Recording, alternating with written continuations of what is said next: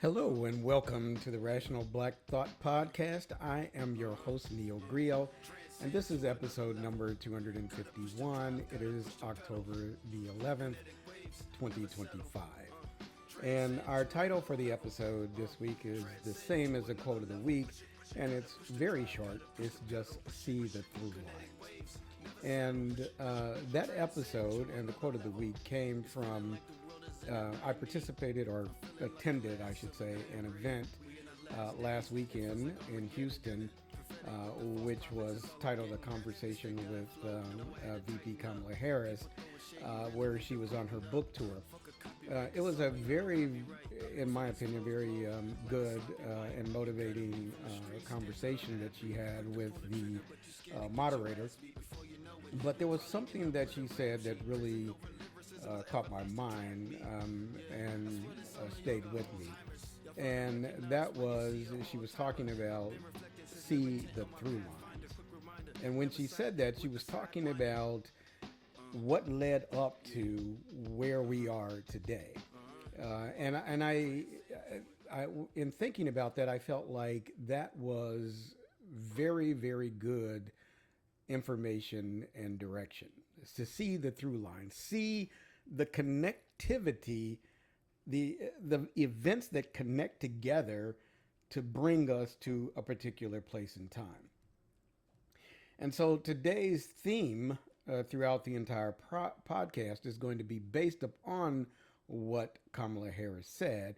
We are going to see the through lines and connect the dots on a lot of different things. So before we get into the meat of the show, let's go ahead then and talk about the intro, or I'm sorry, the agenda, just to see what we have on our plate for this week.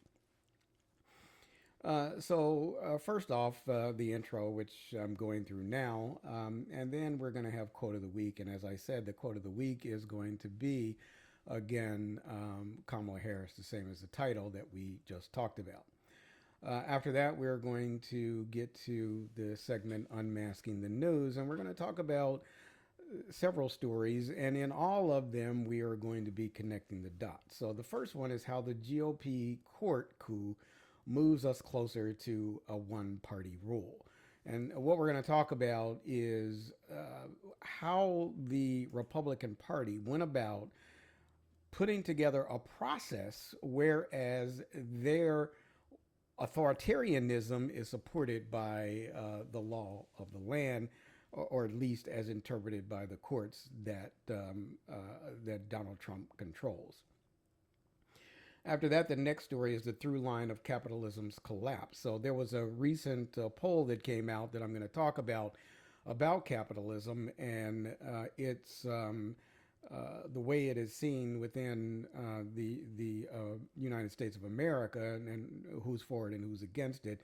And we can see there a through line of why capitalism is collapsing and why the view of capitalism is retracting. After that, we're going to go through a story of how divine calling becomes a cover for Grift, which again is a through line as well on how individuals who pose this or wear this pious mask often become just thieves in a pulpit. And then the last news story is we're going to talk about some good news and when allies show up and black power grows. So there are some allies that we still have in this fight, and that's good to know. And it's good to know and see how that partnership works and what a true ally is and what they do. And then we're going to have strategies for Black Power. And the strategies for Black Power, again, is a take from what we are looking at, the theme this entire week, which is a through line. And this is going to take the through line from abolition to authoritarianism. What I'm going to go through is the founding of the GOP, its purpose in being founded, which was noble. And then I'm going to track you through its de-evolution to what it has become today.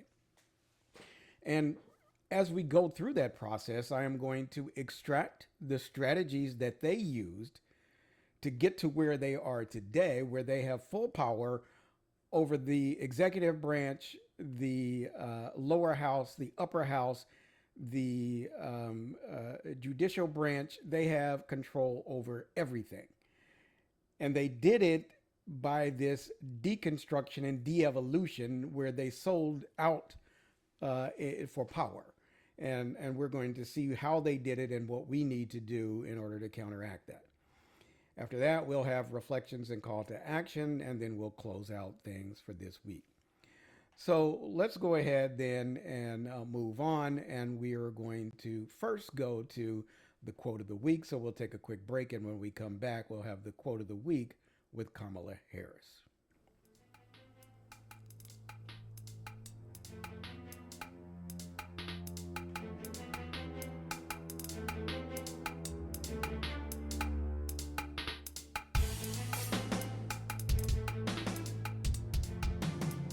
All right, welcome back. And welcome again to the quote of the week, and it's with Kamala Harris, as I said. Now, before we get to this, I was able to capture, evidently there was a video made of Kamala Harris's speech, or not speech, but conversation that I attended. And it was in there where I gathered or first got the idea for this particular week's theme and for the strategy session. So I want to play that for you. So I don't have any other stories where I'm going to play video, but I did want to spend some time on this, and hopefully it will affect you in the same way that it impacted me. So let's take a listen to Kamala Harris as she spoke last weekend.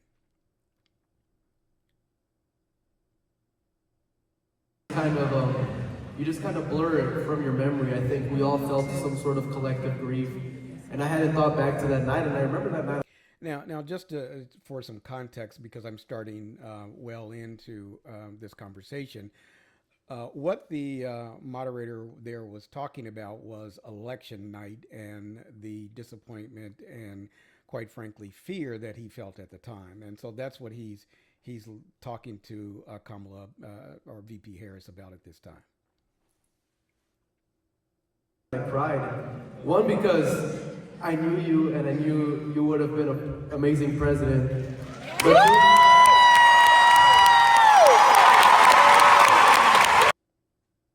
they asked. Second, I cried because I love this country. You know, my dad came from Uruguay when there was a dictatorship in Uruguay in the 80s. My mom is from Mexico. And I remember growing up, I didn't live through any of that, thankfully, because they were here in the United States. I grew up in College Station, Texas, before moving out. And growing up there, I remember I would always talk to my parents, and they would always tell me this is the greatest country on earth. Why? Because there's a democracy. And I didn't know what a democracy meant when I was a kid, but I started to grow up and say, hey, other countries don't have those same privileges. Here, you're able to have some sort of stability. You're able to plan out your future. You don't have to worry about the government collapsing next year or there being some sort of coup. And so I grew up, and then I started on election night. I said, what is this country becoming? And I cried that night, and I said, everything that I remember growing up, I grew up, Bush was the first president. I kind of remember I was like 6, 7 years old, and Obama, and then Trump, but I was like still, we were hanging in there. But that night I felt like we lost it.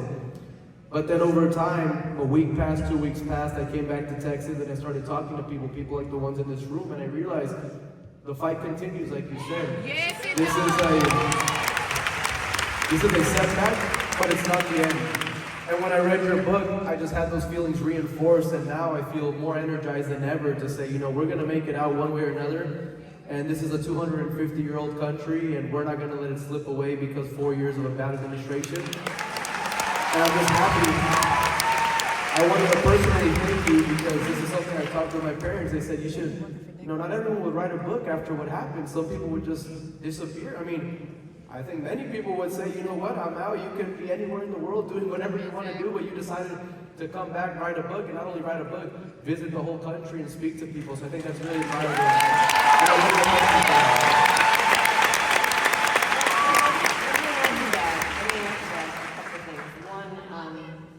And now we're getting that close night, to to your the point, the only thing when I learned what had happened, the only thing I could say, literally I couldn't form any other words over and over again. I kept saying, oh my God, oh my God, oh my God, oh my God.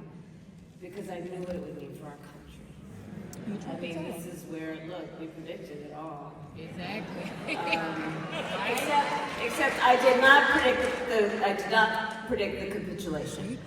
I did not predict from universities to law firms to media corporations just bending the knee at the foot of a tyrant. I did not predict that. I did not predict that.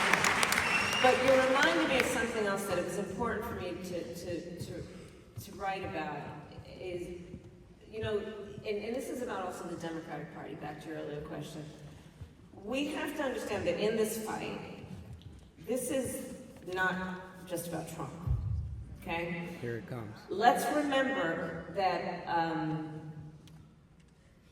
this is what we are experiencing now that feels overwhelming and chaotic is not chaos. It's not chaos. We are experiencing a high velocity event that is about the swift implementation of a plan that has been decades in the making.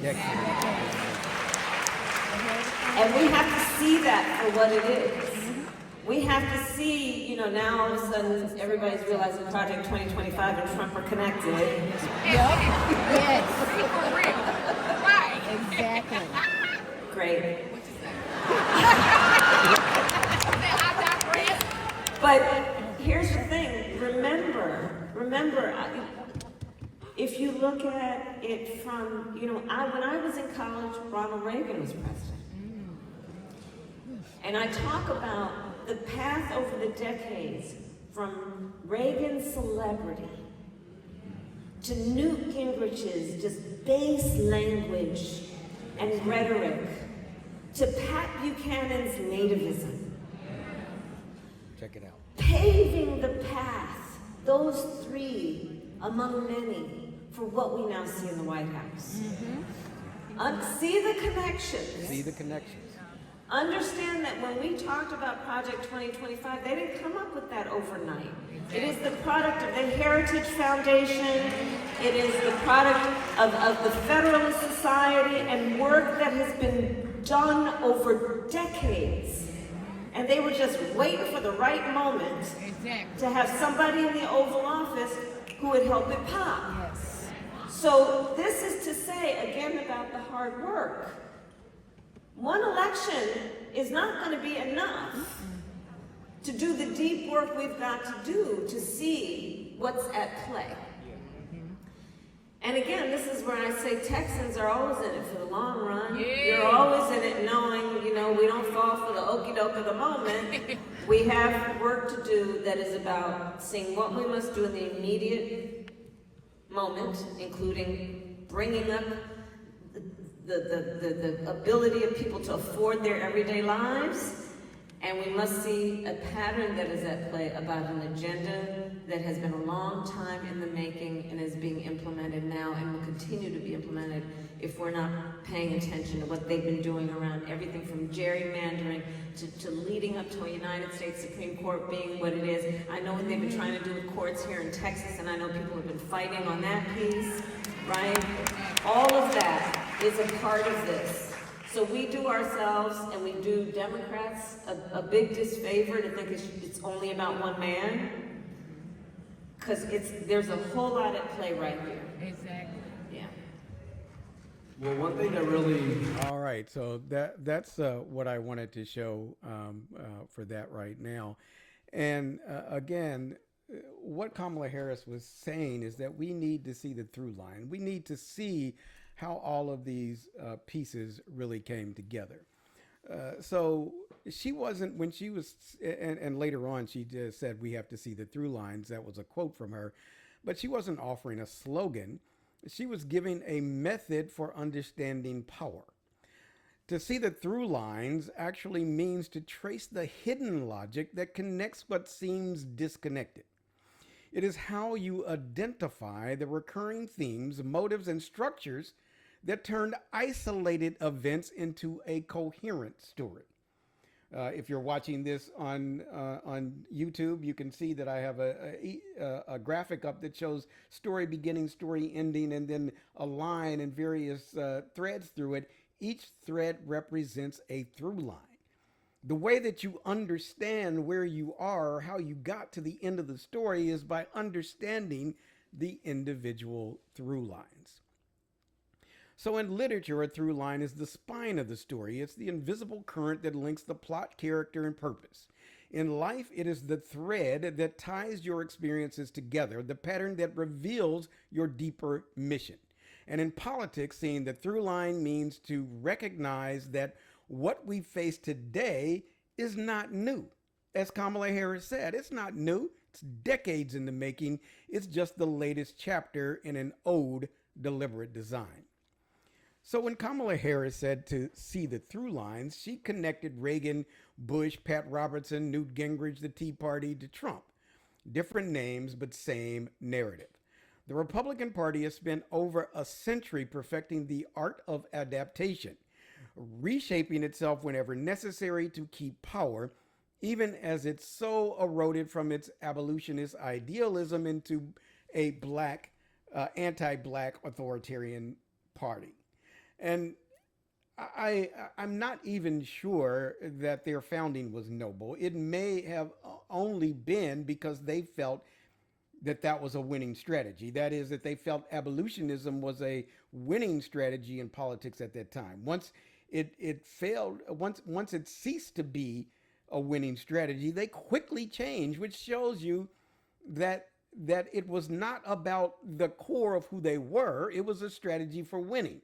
So the Republican Party was founded because they saw that there was a propensity or enough of voters, people who could vote in America at the time, which were white men, landowners, that were against slavery, and so they saw that they could win. My point of view, which we'll get to a little bit later in Strategies for Black Power, is that they only did that because they believed that they could win political power. And as soon as it ceased to deliver that, they gave it up like it was the plague. So in this week, what we're going to do is see the through lines from Lincoln to Trump to Reconstruction to Project 2025 and expose how the party of emancipation became the party of domination. More importantly, we'll look at how understanding their patterns helps us to create our own, a through line of Black empowerment that we can create, where it will be based on unity and strategy that resists, rebuilds, and reclaims power for our future. So that is the quote of the week and the background for the quote of the week. We'll take a quick break, and then when we come back, we'll get to the segment of Unmasking the News, where we'll expose the truth behind some of the headlines and highlight what matters for our community.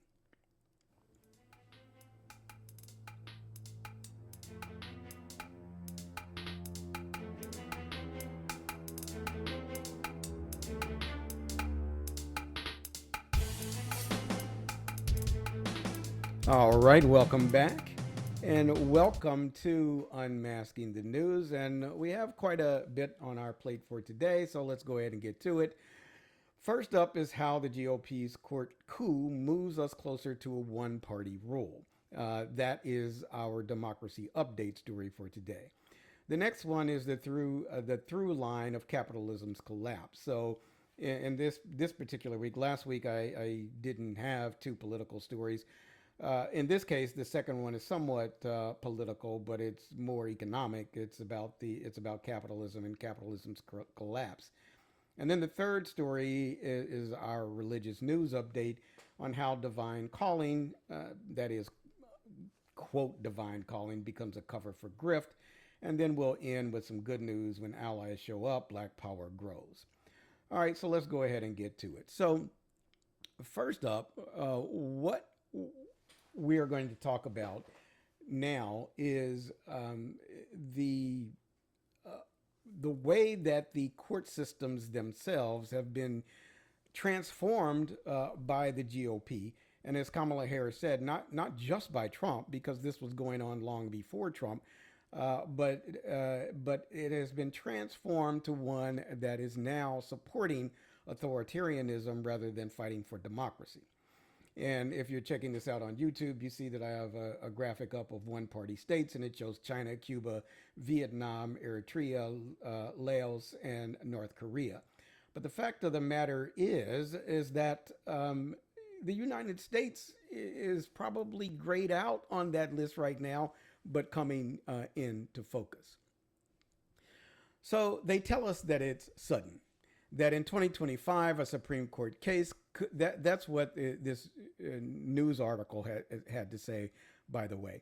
The news article said that in 2025 now, a single Supreme Court case, which they are set to hear, could let Republicans add 19 House seats, and also to clear the path, the article said, for a one-party system. And that was an article titled Supreme Court Ruling Could Let GOP Add 19 House Seats, if you want to look it up. But that language hides what we already know. There is nothing spontaneous about it. To resist it, we must see the through lines, the recurring strategies, betrayals, and institutional designs that led us here. And so what I'm going to look at in this story is the Voting Rights Act. The Voting Rights Act of 1965 was not a concession. It was a demand by us, one won through struggle, blood, and moral clarity. It was Congress asserting that the 15th Amendment must not be an empty promise. The VRA, the Voting Rights Act, disrupted a basis of Southern power by requiring states with histories of discrimination to pre-clear changes to the voting rules. It created legal teeth behind black enfranchisement. So what it basically did was to say that if you are a state where all of these state rights knuckleheads are saying where power should lie, but what the Voting Rights Act said is if you are a state that has proven to have discriminatory voting right practices, then you can't change the voting rules unless you get pre-clearance from the federal government. That's what the Voting Rights Act did. Now, and again, as I said, it disrupted the basis of Southern power. And a little bit later on in Strategies for Black Power, we're going to talk about the Republican Southern strategy, which depended upon this Southern power. But that disruption triggered backlash almost immediately. Southern states and conservative forces swore that today's strength would be undone. So at that time, when in 1965, they immediately said, we're going to do away with that. We're going to get it removed. We're going to get it backtracked. The through line was planted then, progress achieved via enforcement, counterattacks, and timed and strategic effort on their part. So they started then in 1965 to roll back the strength of the Voting Rights Act. Now, every advance in civil rights has provoked a backlash engineered by power. So the existing power structure, every single time there have been gains in civil rights, there's been an equal and in most cases a overwhelming backlash against that in order not just to take it back to where it was, but to take it back even further. And so as black registration rose and as black members entered Congress, the old guard mobilized. States responded with poll taxes, literacy tests, white primaries, and the entire Jim Crow toolkit until the Voting Rights Act began to dismantle them. So after Reconstruction, when blacks were registering to vote, blacks were getting elected to office, etc., then the backlash, and we'll get to this a little bit later too, in the 1867, I think it was, compromise, where black people were thrown to the curb, and white power responded back with all that we just talked about. But then came the legal counterattack. So in Shelby County versus Holder in 2013, the Supreme Court struck Section 4B, crippling the voting rights preclearance regime. So they basically said that these states who had a history of discriminatory practices no longer had to get preclearance for making any changes to their voting processes. So once you remove prevention, then everything becomes after the fact litigation. So you're no longer preventing them from discriminating. So now you have to litigate to try to get them to roll back discrimination once it's done. And that decision was not an oversight. It was a design. With preclearance neutered by that ruling, states rushed to pass ID laws, purge the voting rolls, relocate polling sites, shrink early voting. The checks on voter suppression vanished, and voter suppression just rushed into the vacuum. So what's the current case then, where they're saying that this could allow the GOP to draw in 19 more seats? Well, in Louisiana versus Calais, the same forces are threatening the voting rights last standing pillar, Section 2, the ability to challenge racial vote dilution after maps pass. So we can no longer stop them from doing the map, but at least now, after it has been drawn, we can go back to court to say that it is racially biased. The court is being asked to deem that race-conscious redistricting is unconstitutional, even when deployed to reverse proven discrimination. So what they're saying is that what they're trying to say now, what the people who are arguing for this are saying, is that if you write a map in order to reverse discrimination that has happened in the past, that's unconstitutional. You can't correct it. They're trying to say that the embedded disadvantage that black voters have should be solidified in law. So if Section 2 falls, almost every legal remedy for map abuse collapses. The through line is reaching its apex. It is about to, and every indication is that the Supreme Court, with this 6-3 supermajority, is going to vote in the GOP's favor. So we might as well get prepared for that. So what does this look like then in 2025? Well, the article warns of up to 19 new House seats for the Republicans if the justices rewrite the redistricting law in their favor. That's not just gerrymandering, though. It is a power grab drawn into law and blessed by the courts. So let's trace this backwards to see what happened. The step one was to break the protective statute. That was in the Shelby case. Step two was to flood the legislature with one-party red maps. That was when they went to all this gerrymandering in the beginning.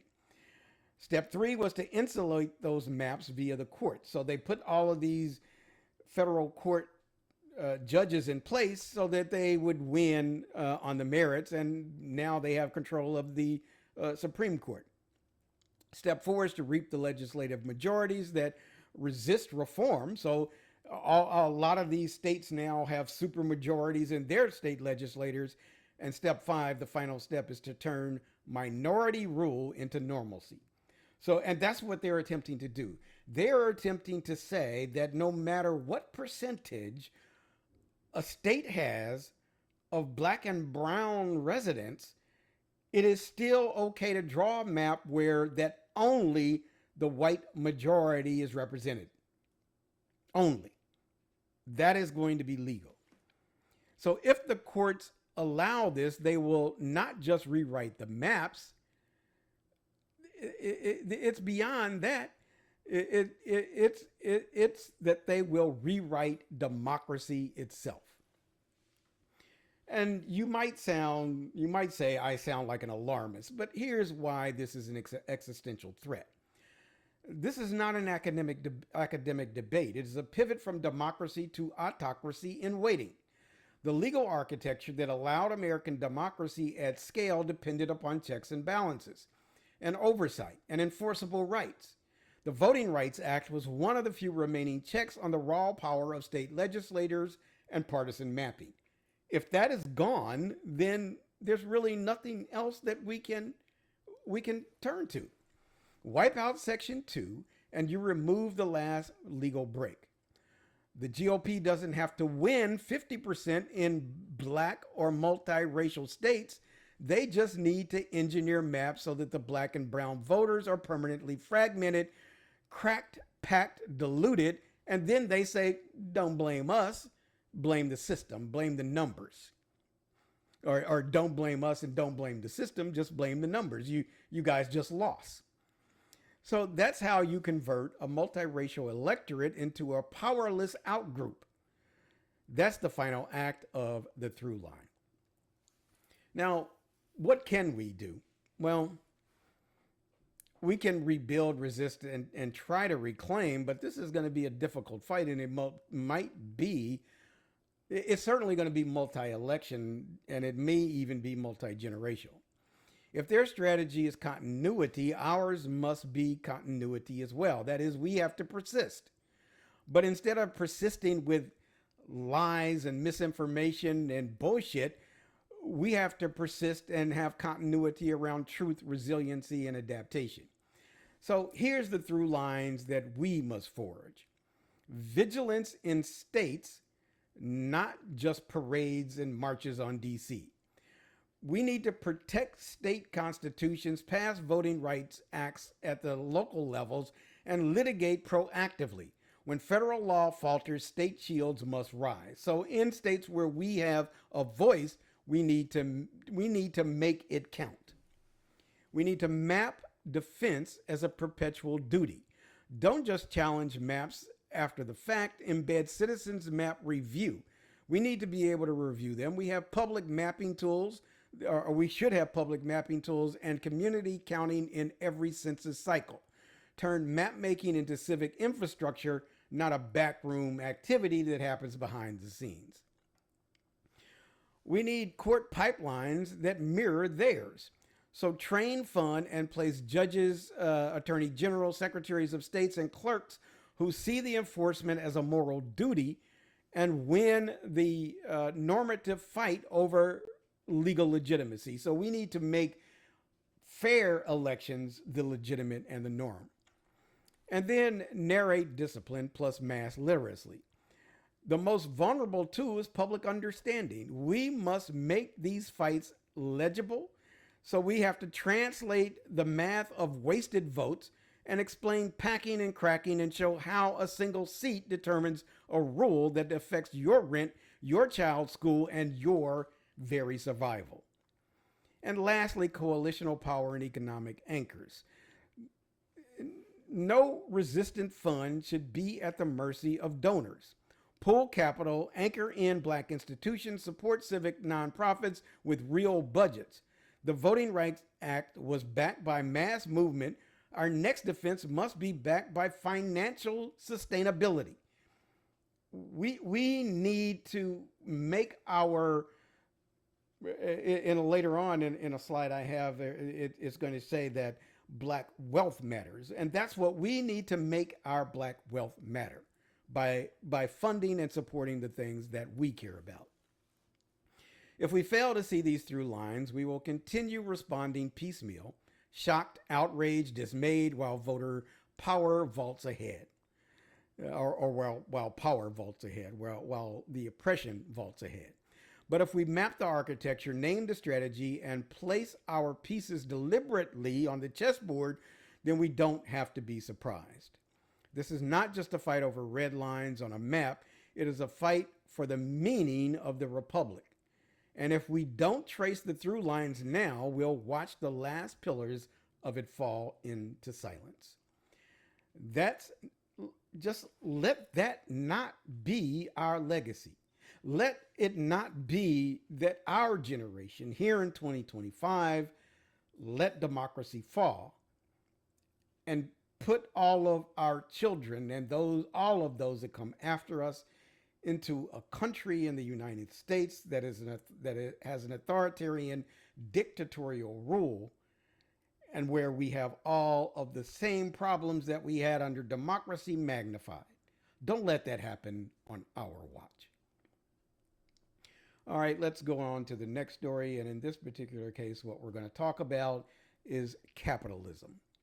Now, Gallup has a recent poll that just came out, and the latest numbers tell a story that most economists pretend not to see. America's faith in capitalism is cracking. Just 54% of adults, now you might think that that's high, and under certain other types of polls, it would be a high number, but in this one, it's not. So just 54% of adults view capitalism favorably, down 6 points in 4 years. And get this, only 37% have a positive image of big business, and big business and capitalism are interconnected. So only 54%, which is still a majority of Americans, think that capitalism is the best way. Honestly, I think that a lot of that is because of the rhetoric and that comes from the other side when they try to talk about American exceptionalism and it being tied to capitalism. But only 37% have a positive image of big business. And that's not a blip. It is the consequence of centuries of extraction. Extraction of what? Extraction of the output of the working class into the pockets of the elites. If we see the through lines, capitalist decline isn't a sudden crisis. It is instead a culmination of a long pattern, promise, exploitation, and consolidation. From slave labor and land theft, slave labor from African Americans and land theft from Native Americans, to union busting and deregulation, the system's genius has always been its ability to privatize wealth and socialize risk. So the risk we all have to bear, but the wealth always floats to the top. So today that through line has matured into a chasm. The top 5% of Americans now control roughly 2/3 of the nation's wealth. 2/3 of it. And the top 1% alone own more than the entire bottom 90% combined. The top 1% has more than the bottom 90%, which I'm sure I'm included in, have combined. Meanwhile, wages have stagnated for half a century, and essential costs, housing, healthcare, and education, keep rising faster than any paycheck. Capitalism didn't break, it succeeded at its real mission, which was funneling value upward until democracy itself buckles under the weight. Again, if you are looking at this on YouTube, you see that I have a graphic of some graves on the screen. So, and one of them is socialism, communism, and then there's a freshly dug grave for capitalism. It's the next to die. So what is causing this demographic shift in belief? Well, Gallup poll also exposes a generational revolt. People under 35 are nearly evenly split. About half view socialism as positively as capitalism. And I think that's important. So, because even though a majority of Americans still view socialism negatively, the younger generation views it about as on par with capitalism. And among Black and Latino Americans, favorability towards socialism now outpaces the national average, reflecting lived experiences with predatory economics. So we recognize that there is no way that socialism could be worse than capitalism. Now, who's supporting capitalism? Older white conservatives. They remain capitalism's last reliable defenders, clinging to the nostalgia for an order that served them well. It's like I subscribe to Forbes magazine and just went through the Forbes 400. They list the 400 richest people in America, I think it is. And the vast majority of them are white, vast majority. And there's only a very small handful that are black. And so these divisions aren't ideological quirks. They are social economic fault lines. Younger and non-white Americans aren't turning socialist, as they say, out of theory. It's not that they learned it in school and read about it and decided to give it a try. They're responding to reality. They've seen capitalism deliver billionaires and burnout, not opportunity for them. Now, it might be too late, though, to do anything about this. And so you might ask, why am I saying that? Why we may not be able to dismantle capitalism. We can try to fracture the grip that it has on us right now, but I don't know. It's certainly going to be, again, a long effort before we can start to get out of this death spiral that we're in capitalism. But here are some things we can do. Build counter institutions. So worker co-ops, community banks, mutual aid networks, pockets of shared ownership that model a livable alternative. And as I have said numerous times on this podcast, especially as Black Americans, we need to become a nation within a nation, and that nation needs to have both a governance structure and an economic structure. And that economic structure should be, it isn't socialism as defined by socialists, but it is communalism as defined by Africans, which is more aligned with socialism than it is with capitalism. So we need to build those counter institutions. And then we need tax and transparency pressure. Demand wealth disclosure, that is, that the rich need to talk about how much money they're making, and we should close loopholes to them paying their fair share of taxes and expose the corporate welfare where they're getting benefit even though they are super rich. And then we should have cultural inoculation. Teach economic literacy early and relentlessly so that the next generation recognizes exploitation before signing the loan papers. They need to know what they're getting themselves into. And lastly, solidarity across class and color lines. The fight isn't rich versus poor alone. It is organized power versus organized indifference. That's what we're fighting.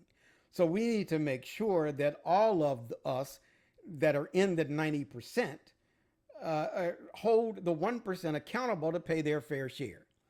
So the through line of capitalism is clear. What they do is concentrate wealth, normalize inequality, and call it freedom.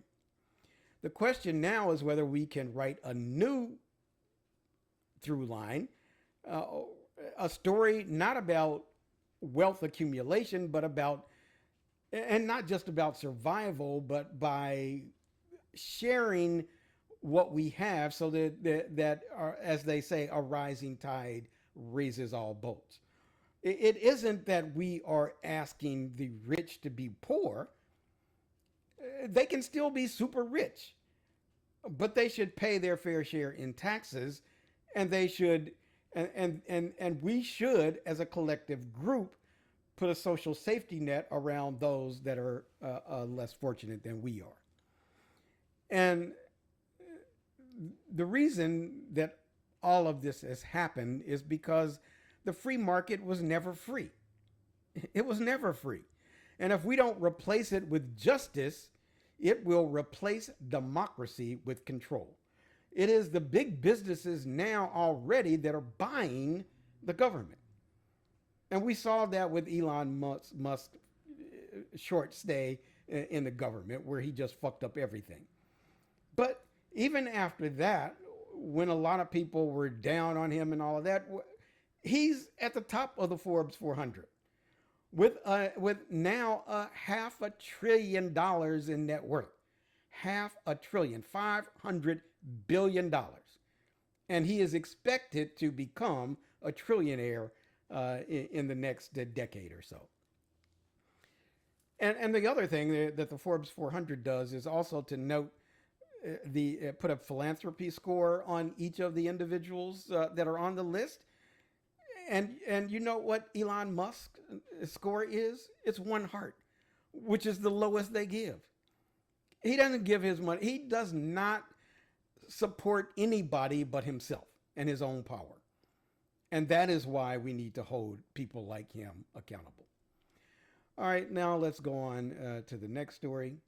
And in this particular case, we are talking about how some people, far too many in my mind, use their so-called divine calling, as they want to say, as a cover for just theft.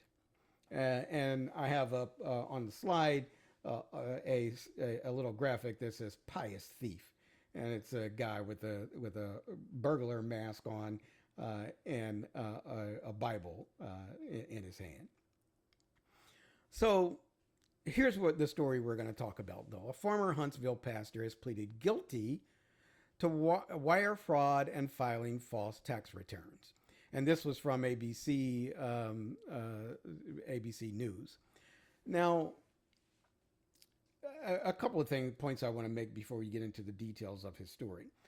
The first is, like I have said many, many times, I had to search for this story because there were hundreds of stories of religious individuals pleading guilty or being indicted or being arrested for child sexual abuse and assault, which happens all the time. And it is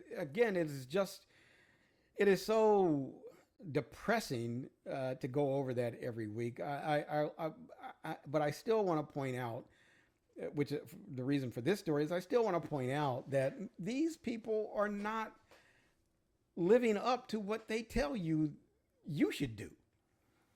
So what's shocking isn't that the pastor broke the law.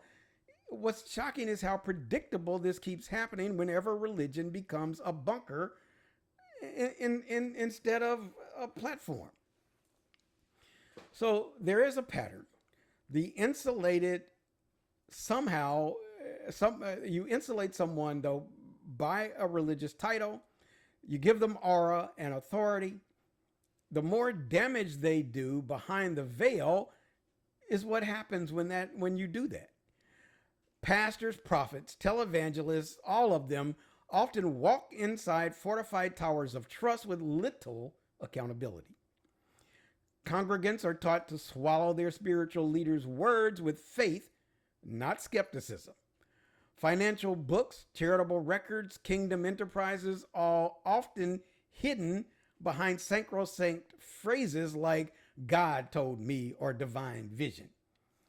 Like God told me to bring this opportunity to you, or God told me you should do this, or God told me we need a new church, or God told me I need a new jet plane and a new Bentley. Religion is supposed to be a moral check on power, but it gets twisted into a shield of the predators. So the leader claims connection to God, so villagers don't ask questions. Questioning becomes sacrilege, not inquiry. The insular community becomes complicit. Speaking out is considered betrayal. The religious institution, a church, a ministry, a kingdom business, whatever the fuck they want to call it, serves as a corporate identity protecting the individual from civil exposure. This case in Huntsville is just one more data point in a long line. Predator cloaked in piety it does something criminal. The more you decorate your grift in scripture, the thicker your shield becomes. So we must stop treating religious authority as moral magic. It must be subjected to the same civic and financial laws as every other institution.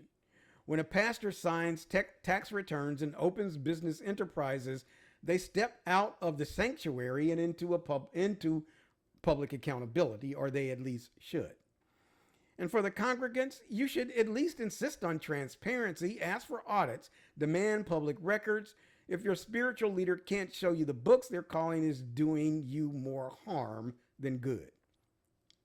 Religious reverence was never meant to be a shield from scrutiny. The day that we stop believing in shielded divinity is the day we restore moral discipline in the pulpit. Now, I think that faith in and of itself is a poor epistemology. It is a poor way to know. So you have faith in the Bible, you have faith in the religious organization that you attend, and therefore you have faith in the members of the religious organization. And in this particular case, this individual used the church funds to buy himself nice cars and to pay his Amex bill and to do a bunch of other things that had nothing to do with the church. He took the congregants' money and lived his life out loud and large. But this happens because you have faith. You had faith in the Word of God, in the Bible. You had faith in the religious institution that this guy was a pastor in. You had faith in him and that he was speaking for God. So when he took your money and paid his Amex bill and bought his wife a new car and furs, you felt like that was all. Why question it? He's doing God's work. But faith should be accountable, not weaponized. In fact, though, not even that. You should get rid of faith, because faith does not lead you to anything but getting fleeced every single motherfucking time. All right, let's go on to the next story and end on a good note. So in this story, what we're talking about is allyship.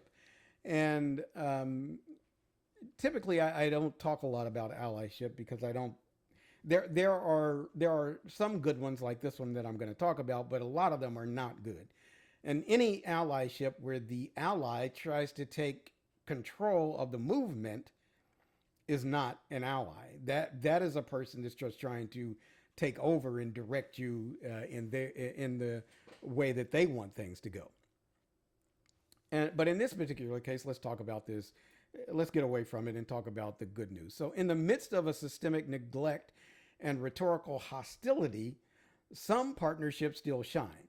And the systemic neglect and rhetorical hostility I'm talking about is all of the hatred toward DEI that's coming out of the Trump administration and the GOP writ large. So Aurora James, a black woman, and Shea Moisture, which was, I believe, a company that was founded by blacks and then was sold to a large corporation. But Aurora James and Shea Moisture just renewed and reinforced a pact that means something deeper than marketing. Their collaboration around the 15% pledge represents solidarity with teeth. And be clear, on Shea Moisture's point, this isn't charity. It is aligned interest. It's a public commitment by a legacy beauty company to channel meaningful capital, visibility, and resources toward black-owned brands, and to do so sustainably and systematically and profitably. So it isn't charity. What they are doing is that they saw what their company, what the founders of their company was able to build, and they want to fund and seed individuals that may be able to do the same thing. So basically, what they are doing is to have a kind of partnership that matters precisely because it pushes us from token inclusion into transformative systems. In this anti-black climate, partners who merely tolerate us don't help. They're not helping us if they just don't say anything. And certainly those like Walmart and others that roll back their policies aren't helping. No, they're not helping at all. But allies who risk reputation, resources, and systems do matter, and they do help. So by pledging 15% of shelf space, real access and co-promotion, Shea Moisture and James are forging an infrastructure of trust and mutual uplift. They are saying that we're not just buying black brands, we're building black power networks, building black businesses. And those businesses are seeding more businesses. And so we can see that this is the way to move things forward in a positive way. Because black business isn't a category. It is a community. It's equity. It is sovereignty. And when genuine allies join that work, not as a PR stunt, but as co-builders, then they help us reclaim capital and narrative and agency one contract at a time. So this week's let's celebrate what true alliances look like. Not the headline partnership, but the partnership that persists when the pressure rises. That's the good news that we need right now. All right, everyone, that has been this week's Unmasking the News. And in this week, we were seeing the through lines of corruption in politics and religion and the courts. And the only way out of this is through we are in a vicious cycle. We need to turn that around to a virtuous cycle through our own empowerment with the help of allies like Shea Moisture. All right, that is it for Unmasking the News. So we will take a quick break. And when we come back, we'll have strategies for black power from abolition to authoritarianism. Here's a break.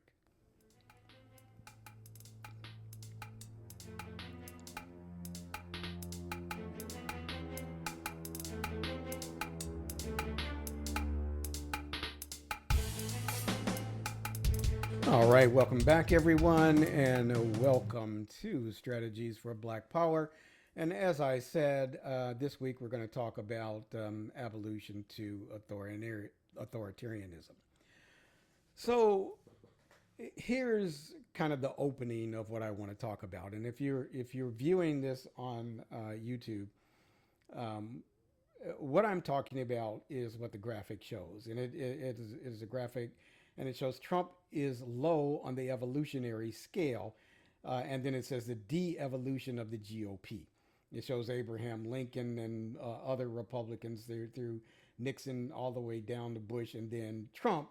And Trump is like it shows Abraham Lincoln walking straight like a man. And then we get Bush and Trump basically walking on their knuckles like apes. Because it has de-evolved. Not that Lincoln is the model that we should be shooting for, and there are a lot of reasons for that, but I'm not going to get into that today because I want to keep this crisp. So first off, again, the idea for this Strategies for Black Power segment came to me at the Vice President Kamala Harris's talk when she said to see the through lines. And she wasn't speaking in metaphor, she was describing political DNA. The Republican Party story is not a random walk. It is a case study in how power adapts, mutates, and hardens. If we trace that line from its birth in abolition to its modern alignment with Christian white supremacists and nationalism, the corporate plurocracy and the pattern becomes unmistakable. Every pivot was strategic, every betrayal was cumulative.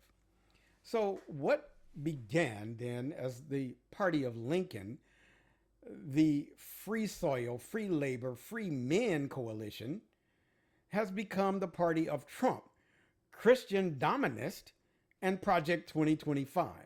So let's follow the arc and extract the tactics and design our counter moves to what happened. So first up, the founding and the first betrayal. So the setup was in 1854, the Republican Party forms as an anti-slavery coalition. That was the basis for their formation. Before the Republican Party, there was a party called the Whigs, and the Whigs were pro-slavery, And so and there was another party, I don't recall the name right now, but those two parties were pro-slavery, and so the Republican Party was founded specifically as an anti-slavery coalition, abolitionists. Now, like I said earlier in this episode, I am beginning to doubt, especially if you listen to some of the things that Abraham Lincoln said. I don't believe that party was founded just because of their altruistic feelings toward African Americans. I believe that they saw a gap, a significant gap in the voting populace that they believed that they could exploit. And so they picked abolitionist rhetoric in order to tap into that to be elected. Now, the reason that I think that is because of what happened later. So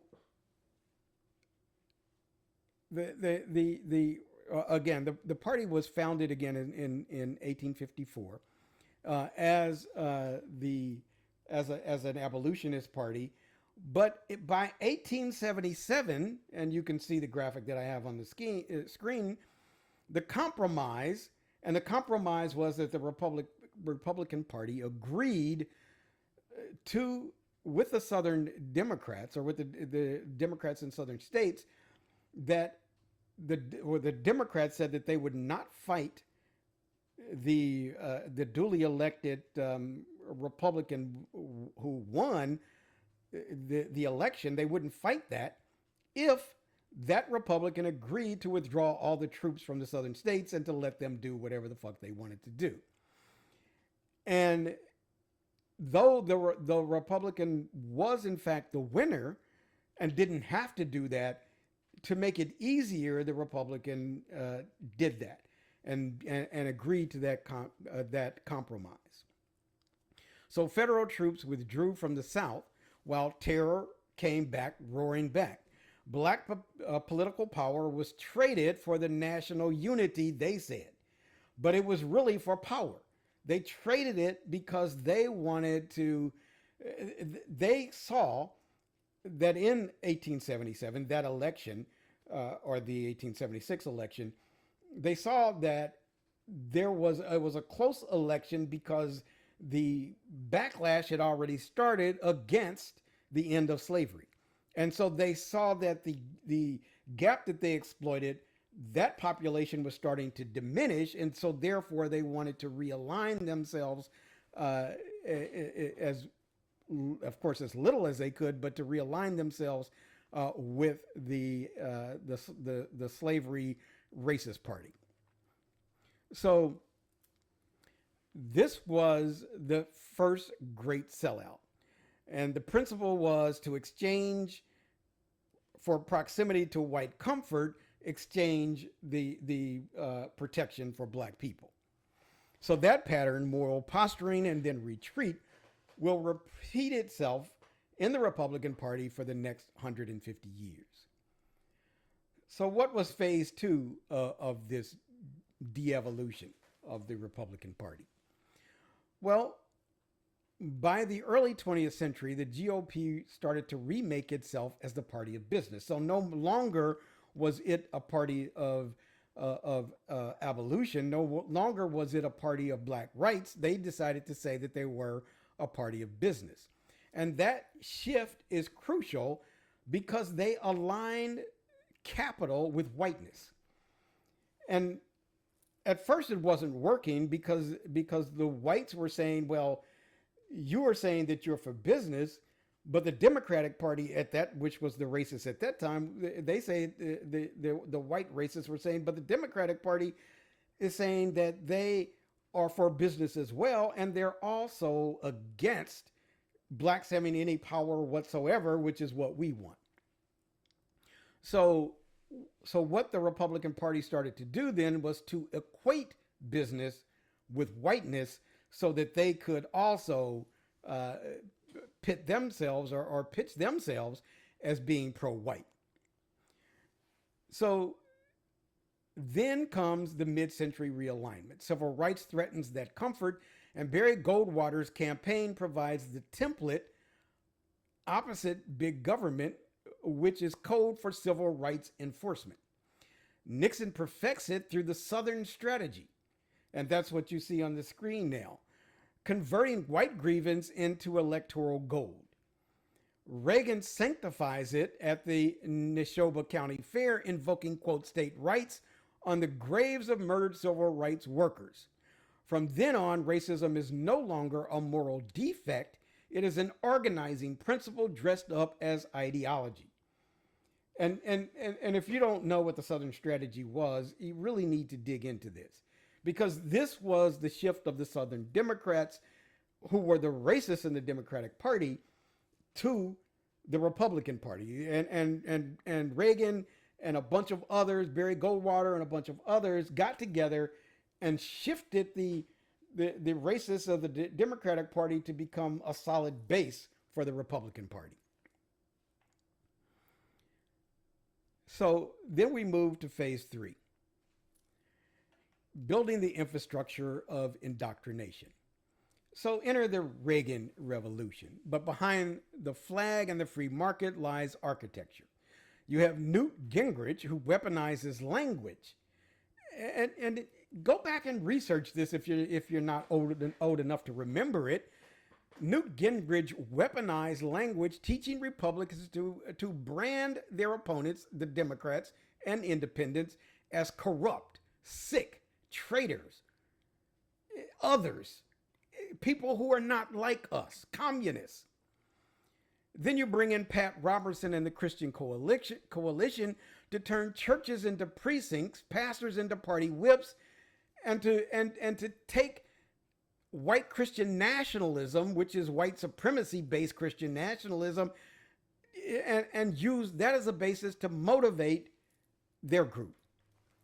And then you have talk radio, Rush Limbaugh and Fox News, that industrialize grievance to hype and highlight all of these voices. The GOP learns a simple truth. If you can't control reality, then control the words used to describe it, and people will start to see it your way. And so that is why I'm showing on the screen this Venn diagram of falseness and intent to do harm, whereas misinformation is just false, but malfeasance information is meant to do harm. But in the intersection of that, you have disinformation, which is what the Republicans used and are continuing to use today. So let's go on with this now to phase 4. And this is the Tea Party and the courtroom coup. And so we're beginning to get to the end. So the Obama era, the election of Obama, exposed the GOP's deepest fear. What is their deepest fear? What is the GOP's deepest fear? It is a multiracial representative democracy. They don't want that.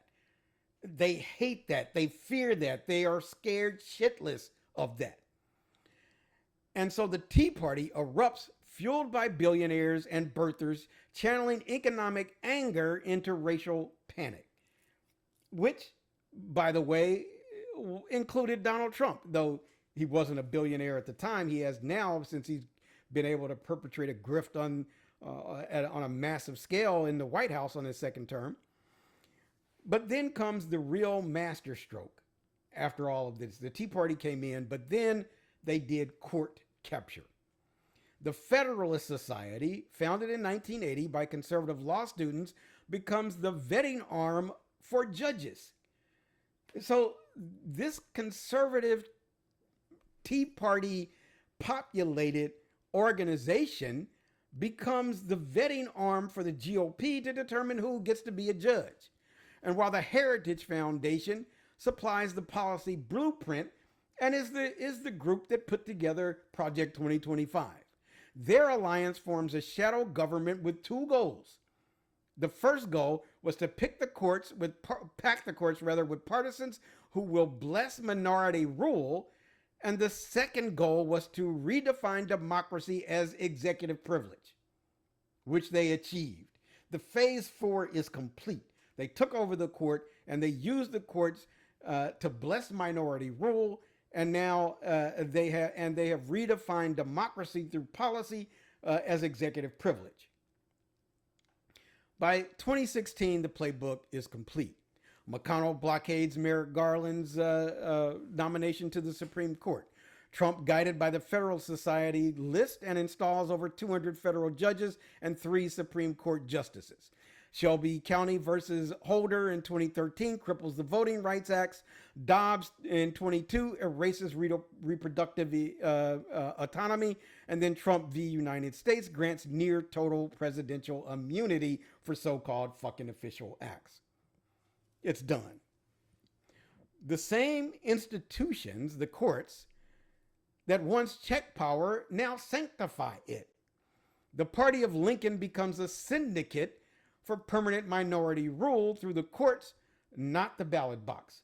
We're at a point where it is going to be difficult to vote our way out of this. They put in a structure where minority rule happens because they don't need us to vote for them.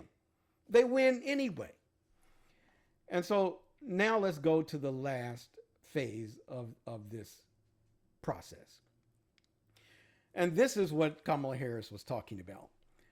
The through line revealed. The GOP's century-long strategy is coherence disguised as chaos. What did she say? It's not chaos.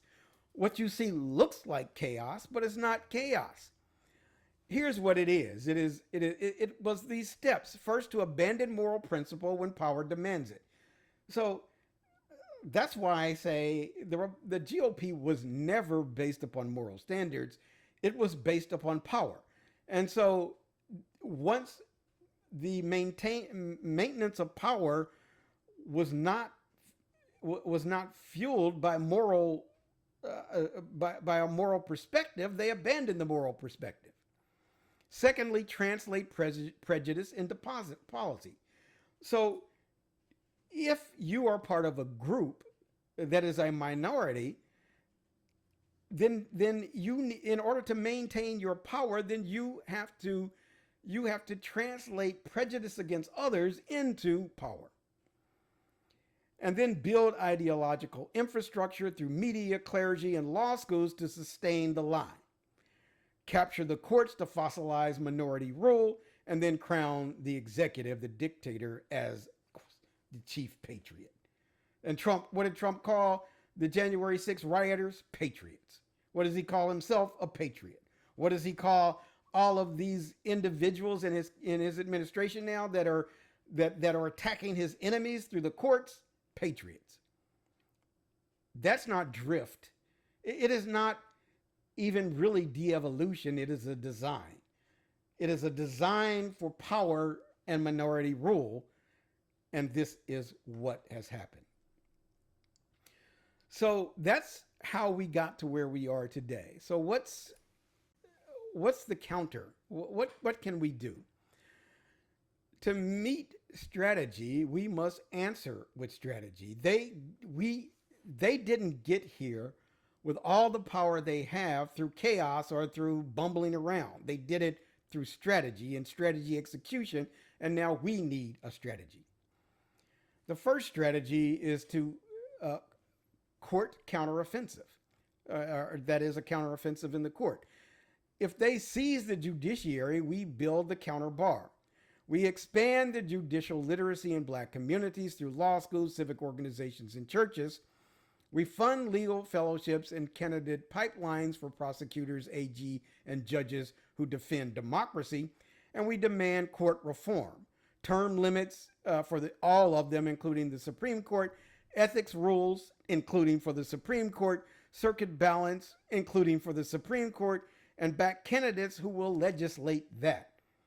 And if necessary, we need to, if we are able to win another election, once there, and quite frankly, Biden should have fucking did this in his first term when he could have, expand the fucking court so that we dilute what has happened to date, because right now, without any changes, this court could still be ruling into the mid 2045 decade. The next thing we need to do is build policy infrastructure. The Heritage Foundation drafts Project 2025. Where's our equivalent? What do we have? We need black think tanks and strategic institutions that model governance from an equity first lens and economic justice. And then we need to have them look at climate, health, digital rights, and not just critique, but construct a government, a policy book like Project 2025 for Project 2028, or that will show us where we need to go. And next, control the narrative ecosystem. So Fox built a propaganda loop, and it is an insular loop for sure, but we need a truth loop. Amplify independent black media, whether it's podcasts, support mine, by the way, and digital networks that merge culture with civic literacy. Treat disinformation countermeasures as civic defense. We need to counter Fox News, and we need to counter whatever the One Nation or whatever the fuck they're called. We need to counter that. And then we need economic leverage. And that's why I have Black Wealth Matters on the screen. We need economic leverage. Power respects balance sheets. So invest in black-owned contracting firms, credit unions, and PACs that self-fund advocacy. Tie entrepreneurship to political endurance. And then last but not least, political machinery, rebuild local power, adopt precincts, run for election boards, dominate midterms, train legal observers. If they turn the map red with state houses, we flip it block by block with organization. So in closing, the Republican Party didn't stumble into extremism. It iterated toward it using think tanks, pulpits, and courts as weapons. To see the through line is to see the blueprint of domination. To answer it, we need our own blueprint, discipline, structure, and sustained coordination across law, economic, media, and community. The lesson isn't despair, it's pattern recognition. We connect the dots now. They built power by never taking their hands off the wheel, and we have to reclaim it by doing the same damn thing. All right, that is it for this week's Strategies for Black Power. So we will take a quick break, and when we come back, we'll have reflections and call to action, talk about what we learned in this episode, and see what we can do based on that new information. Here's the break.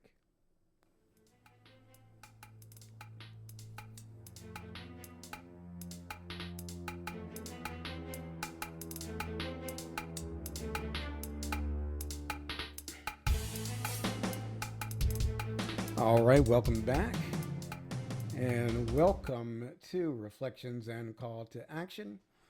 And so this week we learned that seeing the through lines is more than a slogan. It is a survival skill. The patterns are there if we dare to connect them. The dots are there. We just need to go by and connect the dots. We saw that the dismantling of democracy isn't sudden. It is the logical endpoint of a strategy that began the moment Black people gained the right to vote. The same forces that fought Reconstruction now rewrite maps and immunity laws to entrench minority rule. We trace capitalism's decline to its natural conclusion, a system designed for extraction, finally devouring itself. It only extracts wealth from the bottom to give to the top, and that cannibalizes the support. The wealth of a nation rests in the hands of the top 5%, while the rest labor under debt, stagnation, and propaganda that cause inequality freedom. We unmask religion's corruption, where divine calling too often serves as a camouflage for fraud, protected by misplaced reverence instead of real accountability. We saw that even in this hostile environment, though, true alliances still exist. Shea Moisture's partnership with Aurora James and the 15% Pledge shows what solidarity looks like when it's structural, not symbolic. Investment, not sentiment. Across every story, the through line is power. Who builds it, who hoards it, and who pretends it's ordained. The lesson is clear. Power is never moral on its own. It's moral only when it serves justice. To change outcomes, we must change structures, and to change structures, we must organize. So in other words, we need to organize to change this, get the power to change the structures, and then if we change the structures, then different outcomes will happen. So how do we organize in order to start to change those structures? First of all, trace every pattern. Don't just react to events as they come out. See how law, money, media, and religion work in concert. Understanding the architecture of oppression is the first step toward dismantling it. See the through lines, like Kamala Harris said. And defend democracy where it still breathes. Strengthen state and local protections for voting rights, support litigation against racial gerrymanderers, and organize election defense teams now. Don't wait until 2026. Do that shit now. Build parallel power. Invest in Black institutions, cooperative economics, and political education.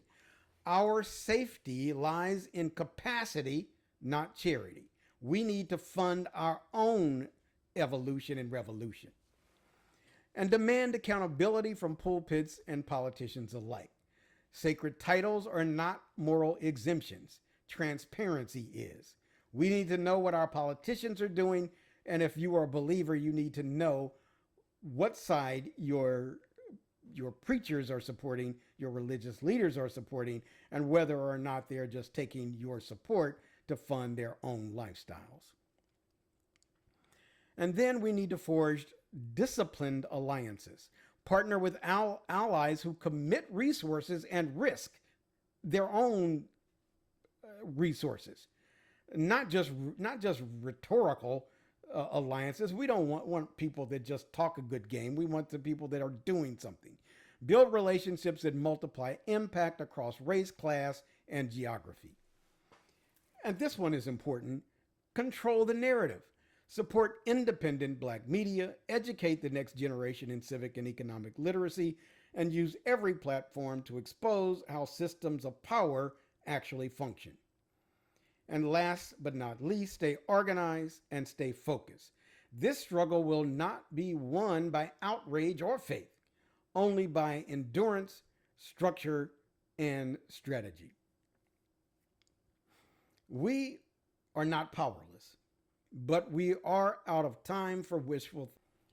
The through lines of oppression are centuries old. Ours must be the through lines of resistance, continuous, intentional, and uncompromising.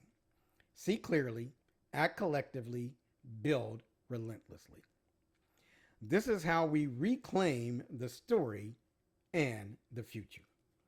All right, that is it for our reflections and call to action, and also for our overall episode this week. So we'll take a quick break, and when we come back, we will close things out for this week.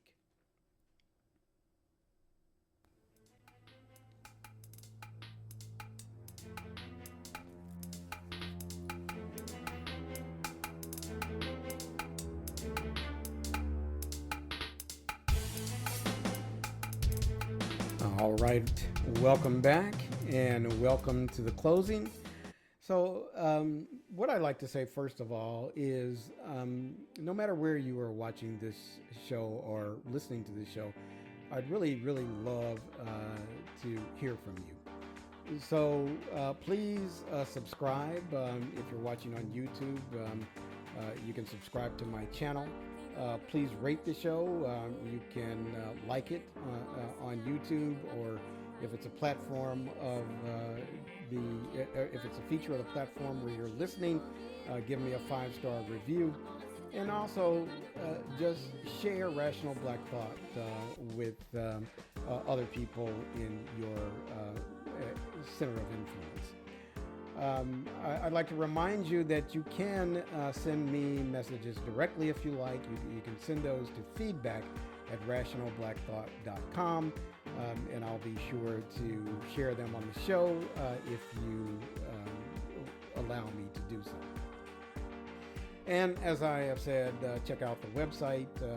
It's not so new right now. It's a month and a half or so old, but rationalblackthought.com is the website where you can get to my back catalog, both in audio format, which goes back several years, and also in the video format. I'd like to remind you that the intro music you heard was Transcend by KIRK, and the outro music you just heard was Ending by Micaiah Beats. And I'd like to leave you with these words from Frederick Douglass. If there is no struggle, there is no progress. Those who profess to favor freedom and yet depreciate agitation are men who want crops without plowing up the ground. They want the rain without the thunder and lightning. They want the ocean without the awful roar of its many waters. This struggle may be a moral one, and it may be a physical one, and it may be both moral and physical, but it must be a struggle. Power concedes nothing without a demand. It never did, and it never will. Thanks for listening, everyone, and I'm already working on some content for next week's show and even the show after that. So next week we'll have Bible study with an atheist. It'll be the week for that. But after that, I already have a great strategies for Black Power lined up. So continue listening, provide me with that feedback, continue to make comments on YouTube, continue to send me feedback through the email address, and I will see you all next week. Have a good one.